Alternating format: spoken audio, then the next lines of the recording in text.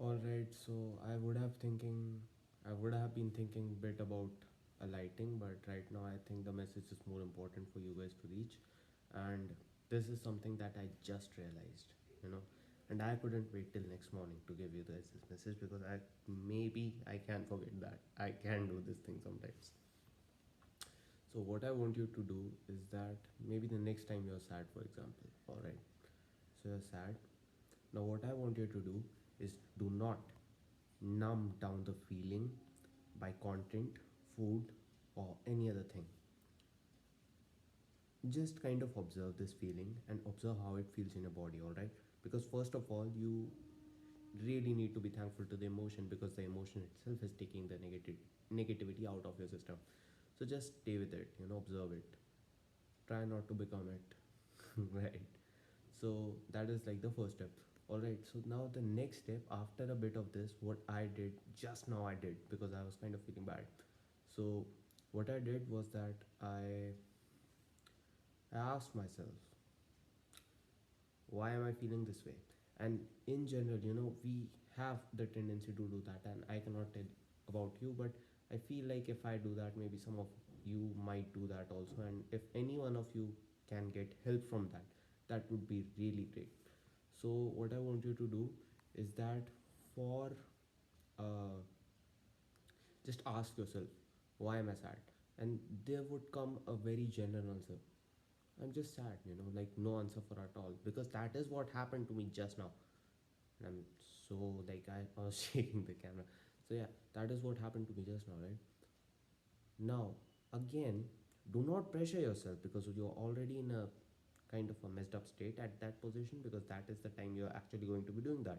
So if you force yourself, you're going to just take out irritation type of a reaction from yourself. So be gentle on yourself, be calm on yourself, and do not force yourself, but genuinely just ask like a friend, like what a loving friend would do. Now, I already have two loving friends. I have told you this before, and that is the best life advice you can get. So, like, yeah, watch that video. I'm not gonna put it in the I button, just go to my channel, find it. But, anyways, like, what I really want you to tell right now is that ask yourself like a loving friend. Genuinely ask, do not judge, do not ask in a judging way, but genuinely ask, why are we sad? That kind of a thing. And then you'll realize that either you're clinging to something which happened a minute ago, an hour ago, a day ago, or something in your head which you feel that it is something like something wrong. Maybe something wrong happened and you could have done something better. Now the thing is, generally, if it's a thought or stuff in your head, then just leave it be. Don't give it any more attention. You don't really need to give it much focus anymore. Just leave it. Now, if there was something that went kind of wrong and you felt that it could have gone a better way, now what I need you to do is realize that, all right, I could have done this better. And at that very moment, you could have done this very better. Now you know that you could have done this better. Try to do this better next time, and leave it at that. Do not be like, why I didn't do this. All right, relax. You can make mistakes, right? Like right now, I am shaking this camera. Relax, chill. Happens. It happens. You need to be friends with yourself, because most of us, because when we are so harsh on ourselves, we stop being authentic with ourselves. And that is the thing, everyone's talking about being authentic, and being authentic to other people, that is also very important, and I'll probably make another video on that. But what I really want you to tell is that be also authentic with yourself, and maybe it will take a second time, asking a second time.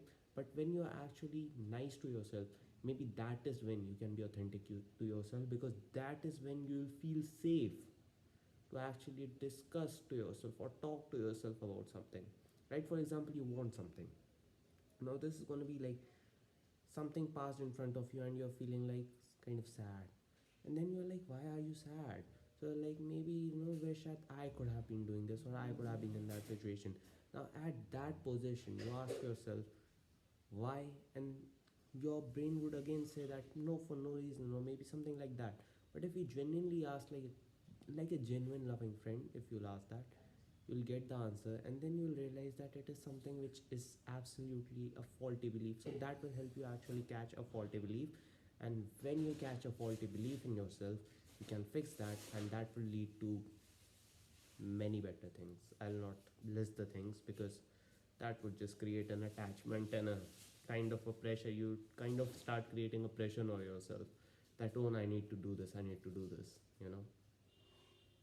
So just don't create a pressure on yourself, relax. And overall, I think the gist of the message you can take away from this is that to first to be authentic on yourself. Now to be authentic with yourself, you have to be loving, caring, and accepting of yourself. That is when you it would be way much more easier to be loving to yourself, because that is when your inner self would feel a bit a bit relaxed and a bit composed and at ease, and will actually tell you things, and you can discuss things with yourself. Now that is a very complete different thing from talking in your head, in your mind. Do not overthink, do not mind chatter. I love you all.